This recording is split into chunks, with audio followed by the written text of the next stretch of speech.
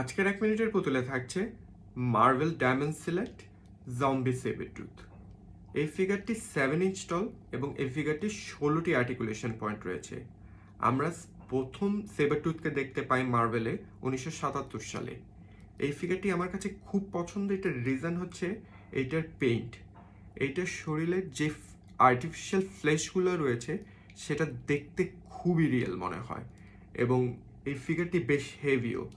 Diamond সিরিজের প্রায় সব ফিগারই একটু হেভি হয়ে থাকে, সো যারা মার্ভেল ফ্রিক তাদের জন্য এই ফিগারটি মাস্ট।